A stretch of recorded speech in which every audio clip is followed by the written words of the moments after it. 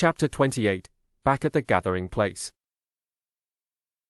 The trio stepped into the expansive hallway, where raindrops continued to hit the piano keys, producing a discordant melody that echoed through the space.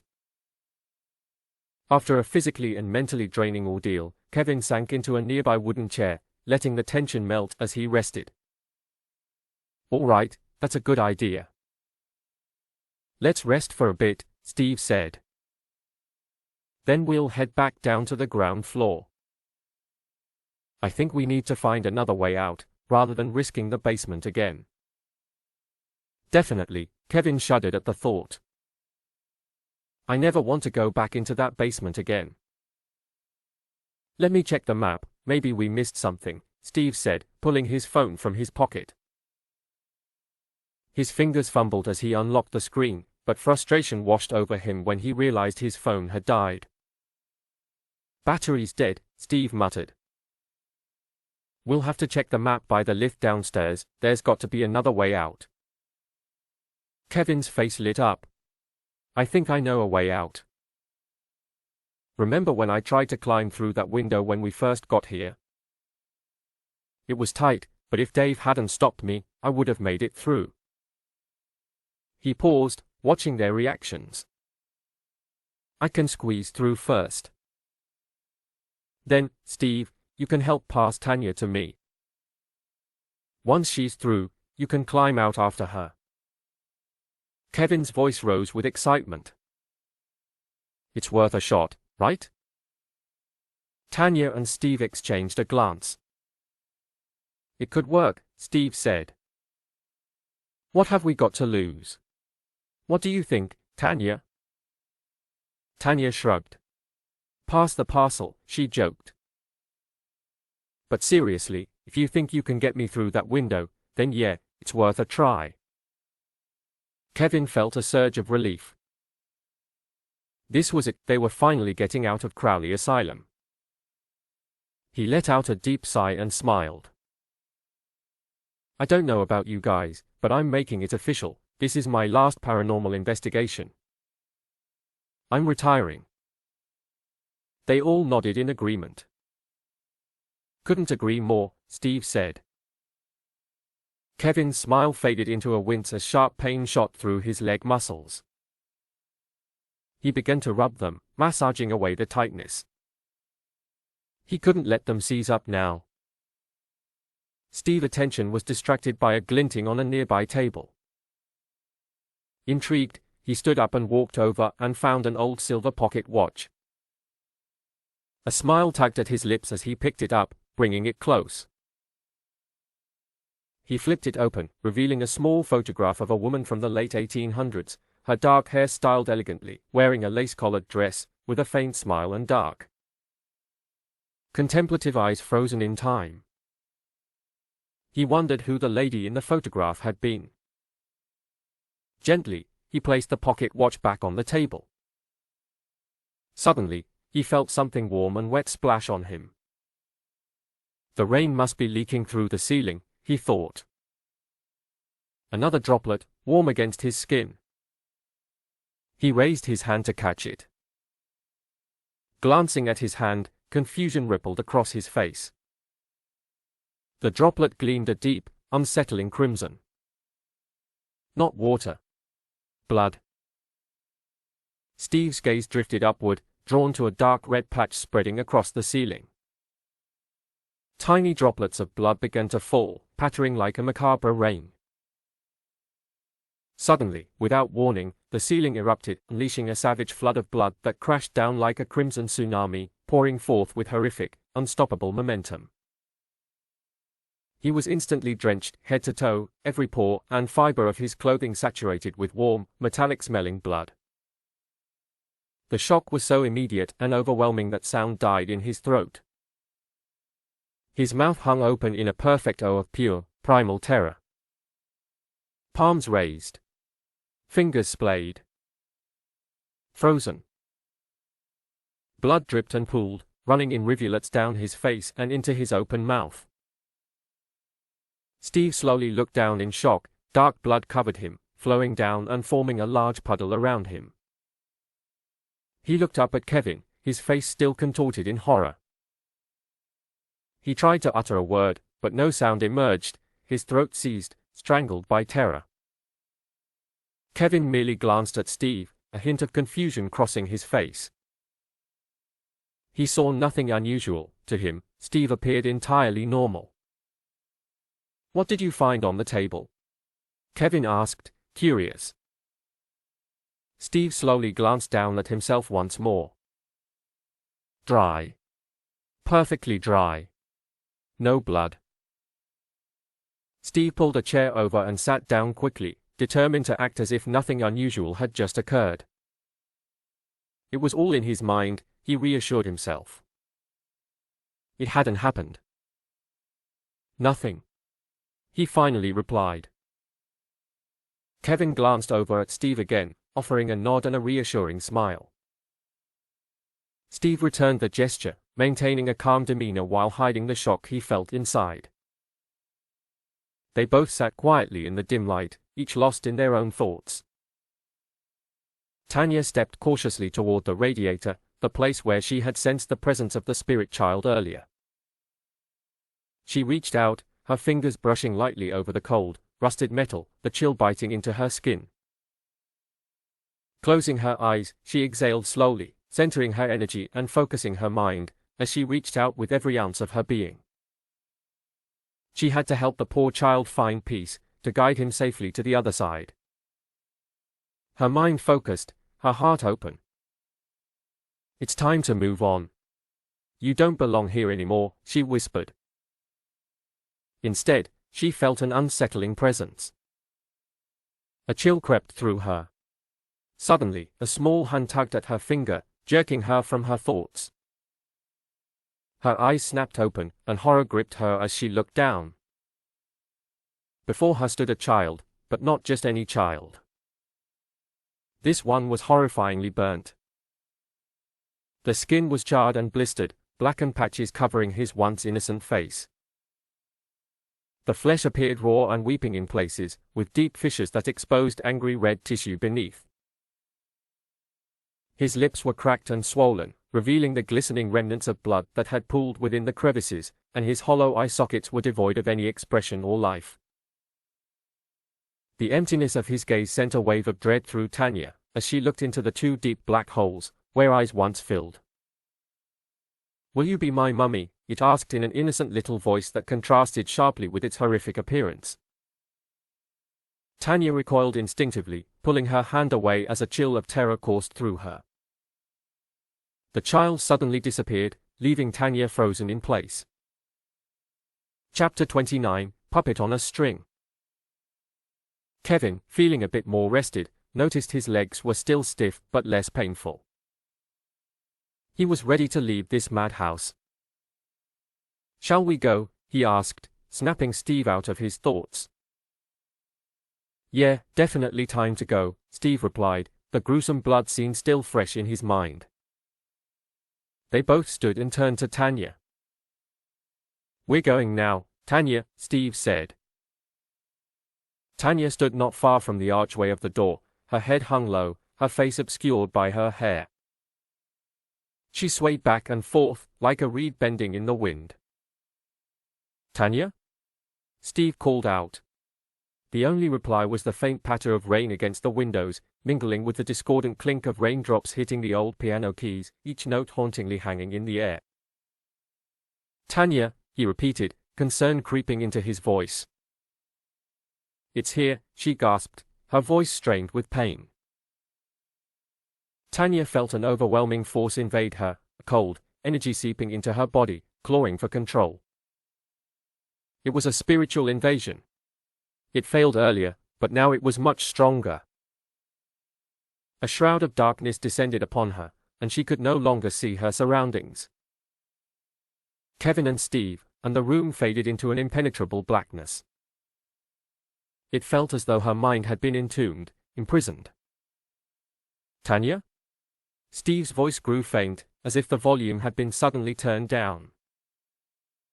She was trapped in a dark, endless void, alone, and vulnerable. Steve and Dave looked at each other nervously. "Tanya?" Steve shouted again, but she stood frozen, like a mannequin. Kevin and Steve leaned in closer, their eyes fixed on her. Suddenly, she began to giggle, like a little girl, but deeply unsettling. Instantly, they both recoiled, stepping back in alarm. Her bones cracked, and she began to move unnaturally, her limbs jerking and twitching with each step, as if an invisible puppet master were pulling the strings. Chapter 30, Come out, wherever you are. Feeling uneasy, Steve and Kevin hesitantly followed her as she disappeared into the blackness of the corridor. We can't lose her now. We're getting out of here together, Kevin urged as they hurried after her. In that moment, a low guttural growl rumbled from the doorway, causing them both to freeze mid-step. Is that a dog? Kevin whispered, his voice trembling with fear and uncertainty. Steve glanced at him, unease creeping in as a massive, shadowy silhouette loomed in the doorway, unmistakably a large supernatural canine presence. It stood motionless, its two white eyes piercing through the darkness against its huge, muscular black body. The growling intensified, primal and aggressive. Steve and Kevin instinctively backed away, their survival instincts screaming danger. Then, as quickly as it appeared, it disappeared. They stood, bewildered, wondering where the supernatural beast had gone, when a loud, piercing scream shattered the silence. They exchanged terrified glances, hearts pounding in their chests. Then, a low, rumbling howl reverberated through the corridors. The sound grew louder as it approached, racing through the hallways and slamming doors open with violent intensity. It was getting closer, reverberating with an escalating ferocity. It crashed into the room with a supernatural force, a raw, elemental power that seemed to defy physical laws. A violent rush of cold, unnatural air surged around them, so powerful it lifted them off their feet and hurled them backward in the air. Their bodies slammed into the ground, as if struck by an invisible, malevolent wind, the impact jarring them with a force that left them dazed and gasping for breath. What the hell was that? Steve said, breathing hard. As they began to rise, they heard slow footsteps approaching from outside. A voice broke the tension like glass shattering, come out, wherever you are. Dave? Kevin whispered, looking anxiously at Steve. In the doorway stood a hulking figure, grinning malevolently. Why, hello, boys, Dave said, his voice dripping with malice. His smile stretched unnaturally, revealing teeth that gleamed in the dim light like sharpened blades. There was something deeply unsettling in his demeanor, an underlying threat that made the air feel charged with danger. Why don't you give your old pal a hug? Filled with terror, Steve sprang to his feet and turned to flee. Without warning, Dave leaped at him with preternatural speed. Dave's movement was so swift that Steve barely registered a blur before a fist crashed into his face. The impact knocked him backward, sending him sprawling over a table and crashing to the floor. Stars exploded in his vision as he struggled to regain his bearings. I'm going to stomp your head into the fucking ground, Steve, Dave said with malicious relish. Just like in my dream. Steve's vision swam, doubling and blurring as he tried to focus. Through the haze, he could make out Dave's approaching figure, that malevolent grin spread across his face. With deliberate menace, Dave kicked a chair aside and hurled a table out of his path, clearing the way to his prone victim. As Dave drew closer, Steve cowered, his body instinctively curling into itself, bracing for the imminent assault. The sound of Dave's footsteps grew louder, each step bringing him nearer to his defenseless target. Kevin watched, his heart racing, as Dave slowly approached Steve, who cowered on the floor. He had to think fast, hoping to reason with Dave and believing that maybe he could break the demonic spell that had taken hold of him. Dave! Kevin shouted. Please, Dave. This isn't you. It's this place controlling you. Fight it! Dave pivoted, his face transforming into a grinning skull. His eyes were bottomless pools of absolute blackness. "Hiya, buddy," he said, a twisted smile stretching grotesquely across his features. Kevin's heart plummeted. Dave was now fixed on a new target, having momentarily forgotten about Steve. Dave patted his own head, wiping blood away with a deliberate, almost theatrical motion. He stared at his bloody palm, turning it slowly as if examining a curious artifact. "Look what you did to me," he said, his voice dripping with a dark, malevolent tone. "I thought we were friends." The words hung in the air, laden with threat and something far more sinister than mere betrayal. Kevin backed off slowly, hands raised in a placating gesture. "Dave, please don't do this. We've known each other since we were kids. We're like brothers." Dave nodded, his expression softening as the malevolent grin faded, replaced by a flicker of recognition. Seizing the moment, Kevin recalled a pivotal memory. "Remember when I was being bullied by that gang? You came to my rescue and took on 5 of them single-handedly. You beat the shit out of them. That was the first time we met. You were like a superhero, always kicking ass." He laughed, the sound lightening the air. Kevin noticed Dave's eyes beginning to clear, his posture relaxing slightly. "You can beat this, Dave," Kevin urged, his voice thick with emotion and determination. Yet, as he spoke, the darkness around them seemed to grow heavier. Strange whispers filled the air, faint yet insistent, swirling around them like a sinister fog. Kevin strained to listen, but their words remained elusive and incomprehensible. Dave's eyes darkened, and the malevolent grin returned. "You know what's going to be fun? Breaking every fucking bone in your body." Kevin realized he could not reason with him, his friend was gone. In a desperate bid for survival, he made a run for it, but Dave was faster. With a swift motion, he grabbed Kevin by the hair, yanking him back violently. The pain shot through Kevin's scalp, and he struggled against the grip. Dave spun Kevin around, forcing them face to face. Both of Dave's hands seized the sides of Kevin's head. Dave's grin widened before his face contorted into a snarl.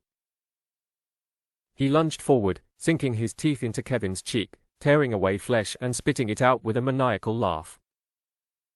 Kevin screamed in agony. "I'm going to eat the fucking flesh off your fucking face," Dave said with evil anticipation. Seizing his chance, Kevin drove his knee into Dave's groin. Dave doubled over, clutching himself as the pain overwhelmed him. Kevin quickly grabbed a nearby wooden chair. He brought it up and smashed it down on Dave's head with all his might, sending him sprawling to the floor. "Steve, let's get the fuck out of here!" Kevin yelled, pulling Steve to his feet. They bolted for the corridor, Steve rushing past Dave, who was struggling to rise. As Kevin passed, Dave's hand shot out, grabbing his ankle and yanking him to the ground. In a flash, Dave pounced, sinking his teeth into Kevin's calf like a rabid animal. Dave growled, "You fucking bastard. You tried to kill me. You're fucking dead," his voice barely human. Kevin screamed in agony, desperately kicking at Dave's face until he finally released his grip. Stumbling to his feet, Kevin limped out of the room and into the dark hallway, pain shooting through his leg with every step. He looked both ways, realizing he was all alone. No Steve, and no Tanya. Behind him, he could hear Dave getting to his feet, bellowing his name. Kevin struggled through the hallway, his injured leg refusing to cooperate. The stairs were just ahead, but he knew he'd never make it down in time. "Kevin!" Dave's shouts echoed, filled with murderous intent. "There's no escape. I'm coming for you. There's no point hiding," his laughter reverberated through the corridor. With no other option, Kevin ducked into an empty room near the staircase just as Dave stormed into the corridor. Kevin scanned the barren space, finding only a few old cardboard boxes scattered on the floor. Shit, he thought, panic rising. He's going to see me. The only concealment available was behind the door. Kevin pressed himself against the wall, the door shielding him from view, as Dave's footsteps echoed down the corridor. "Oh Kevin," Dave's voice sing-songed. "Come out to play, Kevin." Kevin squeezed his eyes shut, holding his breath as Dave paused outside the room. Dave's head poked in, eyes sweeping the seemingly empty space. Kevin's heart thundered in his chest as Dave lingered for an agonizing moment before turning towards the stairs. Kevin limped painfully out of the room. There, in front of the stairwell, stood Dave with his back turned. This was his only chance. Ignoring the searing pain in his leg, Kevin charged forward, desperation fueling his movement. He slammed into Dave, who spun around. His face was a mask of smiling teeth, a grotesque parody of joy, as he lost his balance and tumbled backward down the stairs. The sickening thuds of Dave's body bouncing off the steps grew fainter as he plummeted to the bottom. With agonizing steps, Kevin slowly made his way down each stair. As he neared the bottom, he spotted a trail of blood, and further down, Dave's body lay twisted in an unnatural position. "Dave?" Kevin called out, nervously. Silence engulfed the stairwell. Kevin reached the final step, his heart racing. He half expected Dave to spring to life and grab him, but as he looked closer, Dave remained motionless, the grotesque smile still frozen on his face.